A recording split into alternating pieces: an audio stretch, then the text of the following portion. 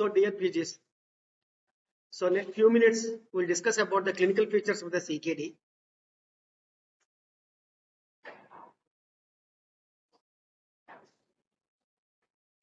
So the etiology of the CKD, more of diabetes, about nearly 30% in the West, whereas 36% for Indian population. Hypertension, glomerulonephritis is coming down nowadays. Earlier more of glomerulonephritis, now less of glomerulonephritis. Polycystic kidney disease and others like obstruction.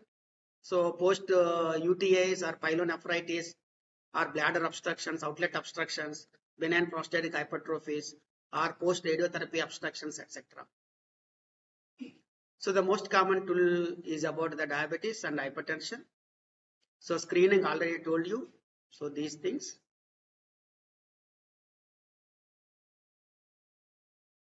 Renal disease associated with the increased all-cause mortality.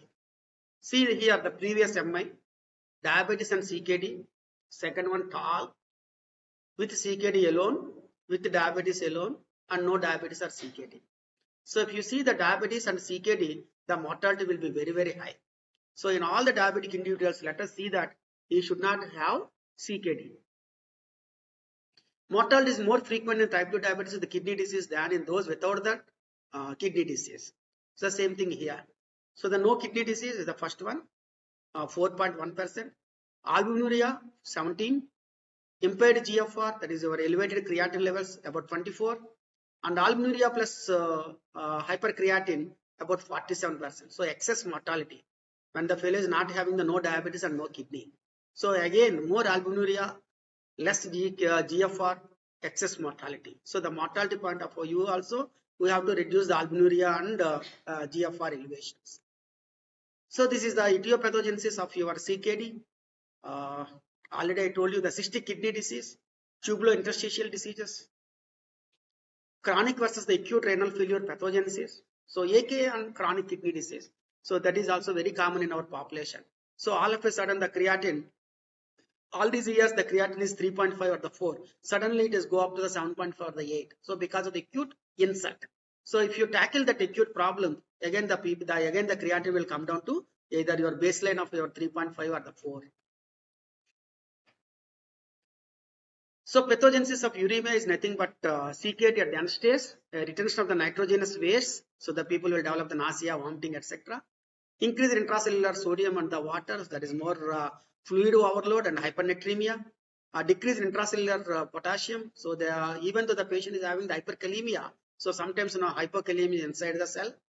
And increased levels of the bioactive substances normally clearer than the hormones.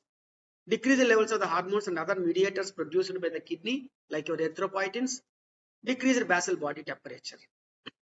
So creatinine clearance, the calculations. These are the different stages according to the GFR.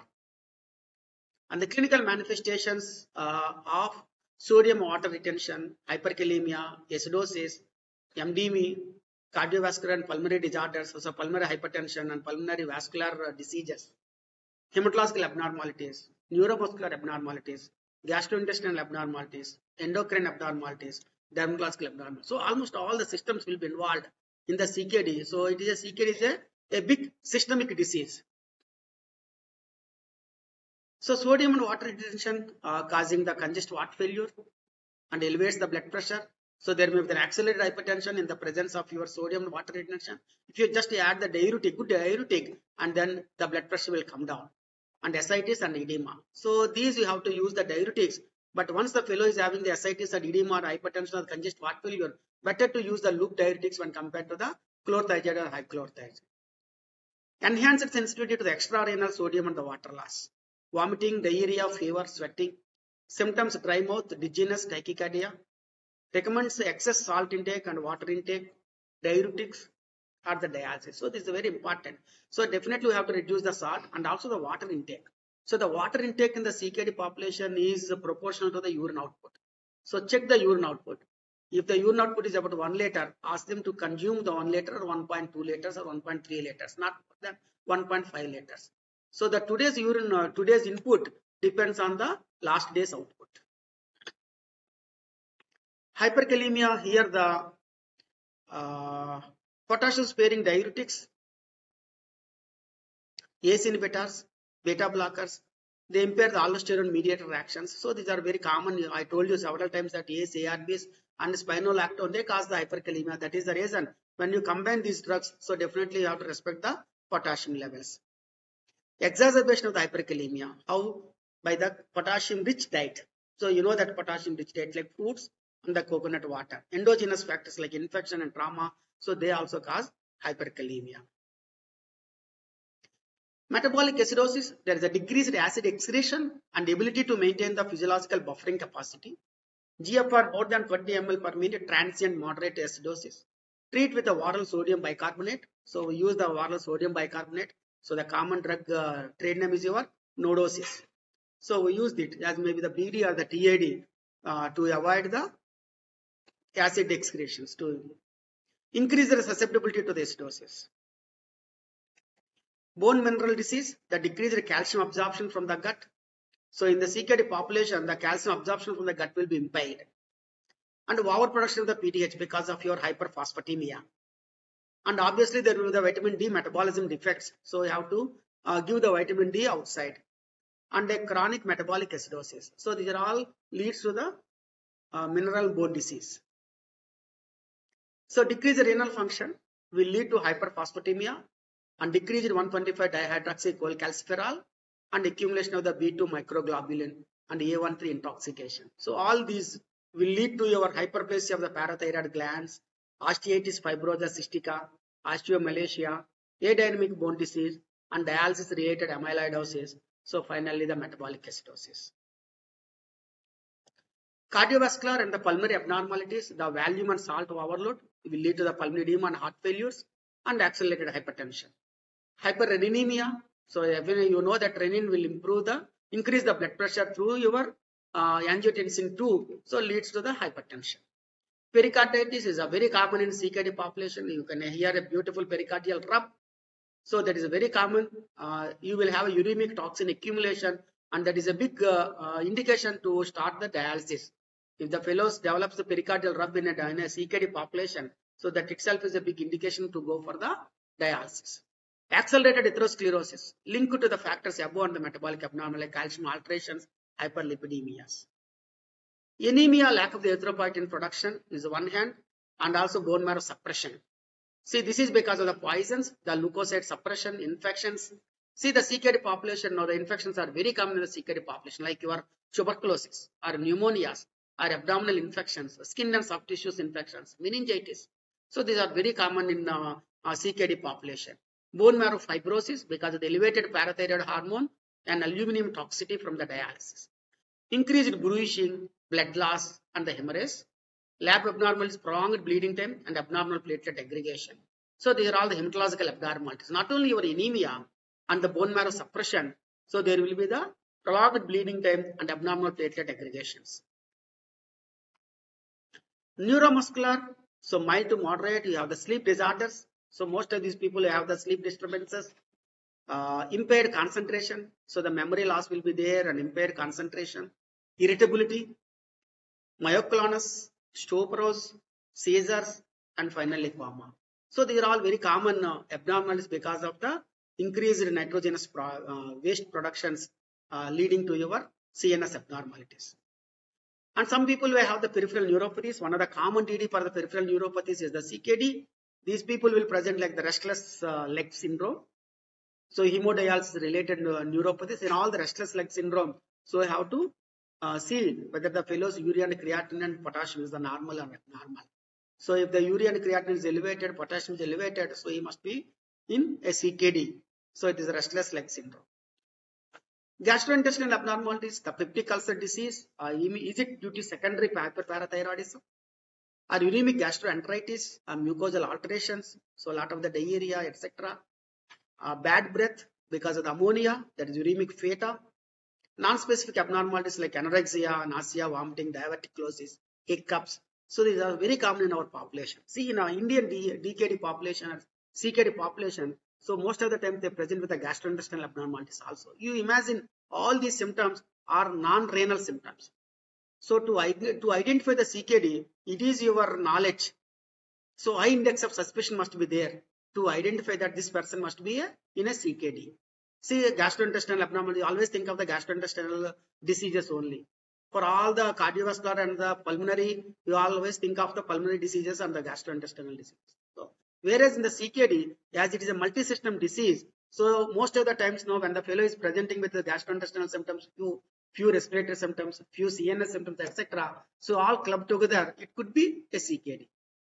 Okay, so definitely how to check for the urea and creatinine and urine albuminuria or electrolytes, etc. to rule out the CKD.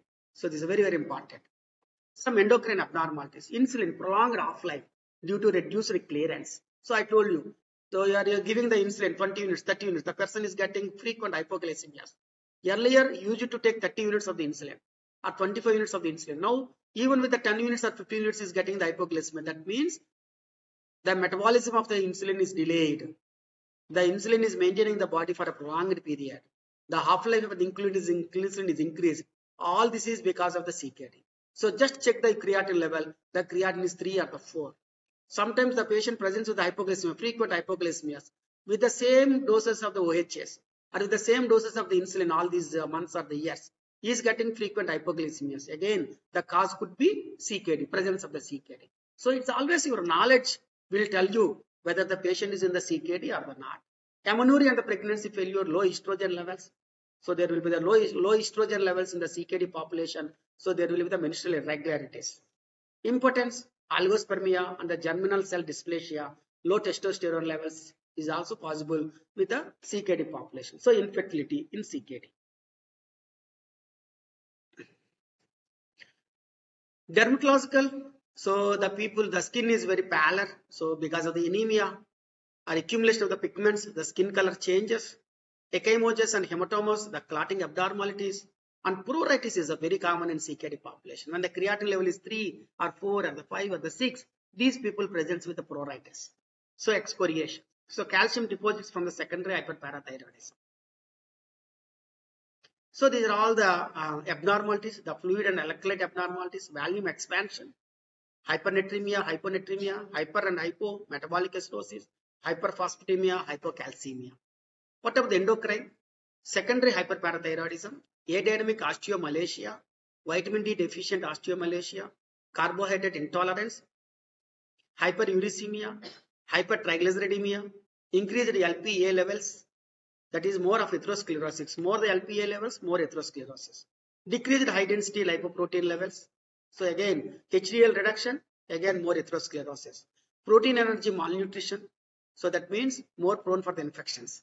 Impaired growth and the development, infertility and the sexual dysfunction, amenorrhea, hypothermia, and associated amyloidosis. So these are all the different disturbances very commonly seen in the CKD population. Neuromuscular, fatigue, sleep disorders, headache, impaired mentations, lethargy, hysterexis, muscular irritability, peripheral neuropathy, restless leg syndrome, paralysis, myoclonus, seizures, coma, muscle cramps, dialysis disequilibrium syndrome, and myopathies.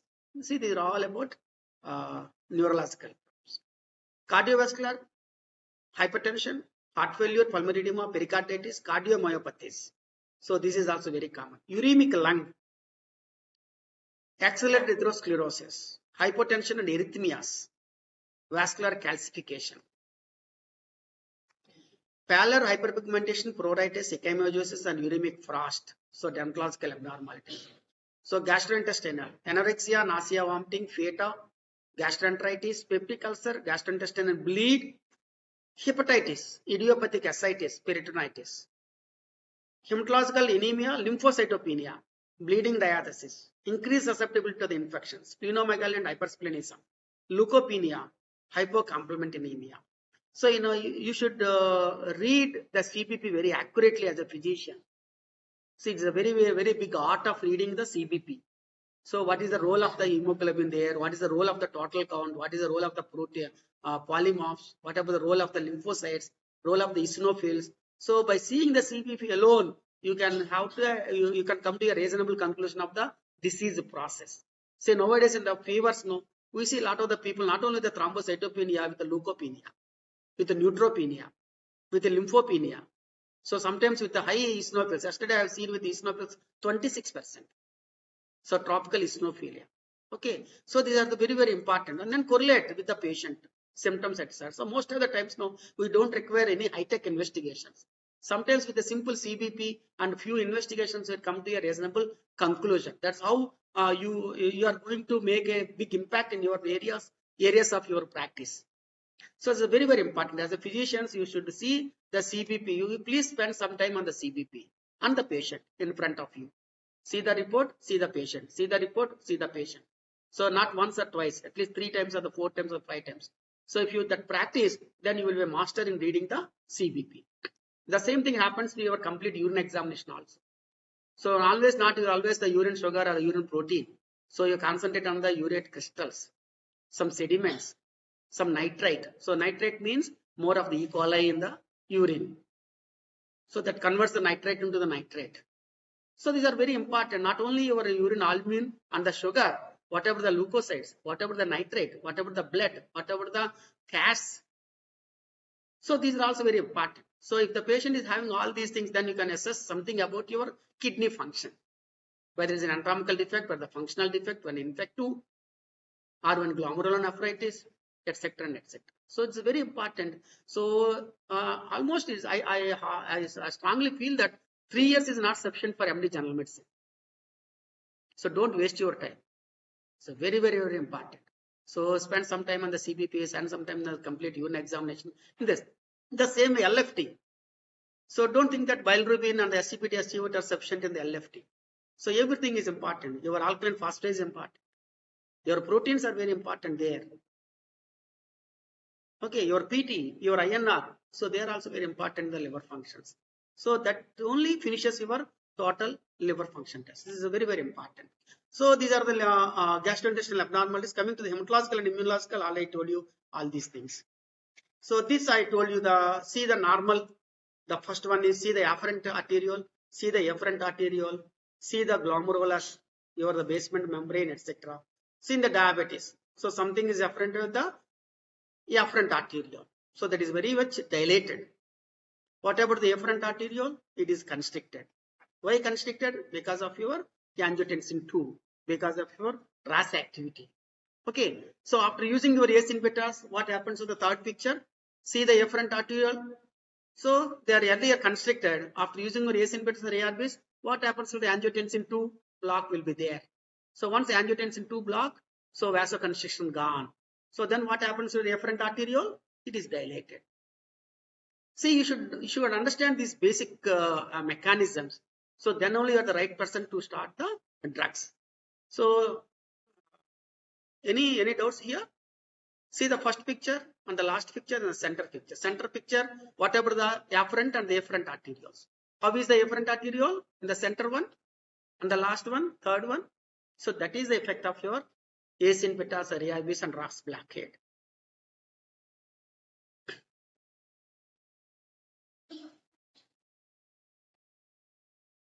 See angiotensin 2 cell membrane, angiotensin receptors. So they cause vasodilatation. They inhibit the hypertrophy. So that is the reason they are the drug of choice in LVH. So your ECG shows LVH. The patient is a known hypertensive. So what antihypertensive you are supposed to use? Obviously ARBs, because it reduces the LVH also. Okay. Antiproliferation mediates the nitric oxide and PG1 in the kidney. So that improves your nitric oxide levels. So it improves your vasodilatation. Renal sodium excretion dilates the afferent arteriole, causes the renin release. So this is the best quotation. The measurement of the blood pressure is likely the clinical procedure of greatest importance that is performed in the slopiest manner. So don't think that blood pressure measurement is a very simple thing. This is of greatest importance, provided if you check the blood pressure in the slopiest manner. So no hurry in recording the blood pressure of your own patient. First see the palpatory method, then see the systolic blood pressure, then the diastolic blood pressure, till the absence of your correct cough sounds, stage 5. Sometimes when the fellow is in gross anemia or hyperdynamic circulatory states, or in angio or aortic regurgitation, You can hear till the 0 or 20 or 30 also. There the muffling of the correct cough sound should be taken as a diastolic blood pressure. So this is the very important. I repeat, the measurement of blood pressure is likely the clinical procedure of greatest importance that is performed in the slopiest manner. So told by none other than Kaplan. So he is a international authority on hypertension. He has written so many books on the hypertension. Kaplan's textbook of hypertension. Treatment modalities: decrease the fluid, just 1 liter per day, maybe less than that also. So today's input depends on yesterday's output. Decrease the protein, but I am not happy with this. We can give 1 gram per kg body weight. Decrease the sodium is very, very important. Decrease the potassium, very important. Decrease the phosphorus. Dialysis, the peritoneal or hemodialysis or transplantation, and RBC, vitamin D, calcitriol replacements, etc. So any RBC means your anemia management, your vitamin D management. So these are the very, very important. So not only your drugs, these are also very important. Your fluid management is important. Protein not that much restricted. Sodium restriction is very important. Potassium restriction is important. Phosphorus restriction is important. And then addition of your 60K vitamin D and then anemia correction are very, very important. And if the patient is on the dialysis, no restrictions at all. Diabetes, hypertension, heart and kidney. So deadly quartet. See, today in modern India, for that matter in the world, so these 4 diseases are very commonly associated. Most of the times they are the diabetic, they are the hypertensive, they are the heart is involved in the form of LVH or PTCA or CABG, etc. And now the kidney is involved because of your albuminuria or elevated creatinine levels. So very often we see such a combination of the popular people in our physicians' practice. So this is a deadly quartet. So initial therapeutic approaches: glycemic control with the good cardioprotective agents and renoprotective agents. Blood pressure control. So respect the creatinine and then think of your ACE or ARBs. Otherwise, you can use the calcium channel blockers, you can use the beta blockers, etc. Vascular control. So if if the situation demands, you can use the antiplatelet agents like aspirin and clopidogrel combination, or aspirin alone, or if the patient is getting gastritis with the aspirin, then you can choose the clopidogrel also. Lipid control: statins for all the population, moderate to high intensity, and fibrates if the situation demands in the form of hypertriglyceridemia. Lifestyle control is very important. So can override the other influences, including the genetical influences.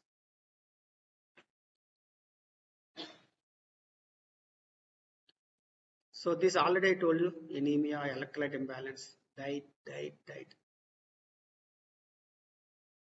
So the management strategies to prevent the cardiorenal dysfunction or promote the cardiorenal health are DASH diet, that is a dietary approach to stop the hypertension, the Mediterranean diet, reduce the carbs and the fats, reduce the weight, reduce the blood pressure, reduce the lipids, stop smoking, RAS inhibitors, SGLT2 inhibitors, and GLP-1 receptor agonists.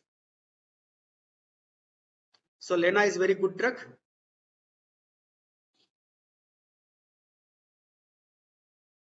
So these are all I told you.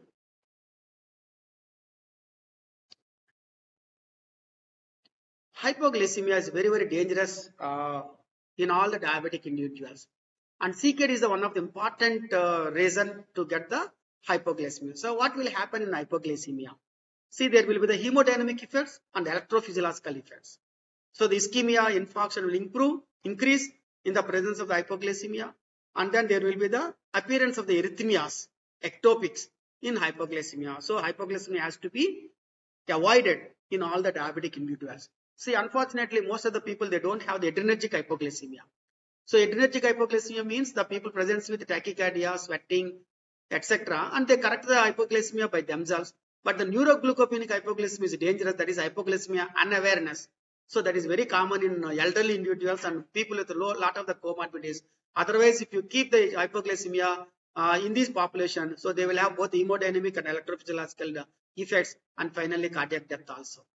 So the diabetic nephropathy, you can't cure it. So you have to endure it. So thank you very much for your patience.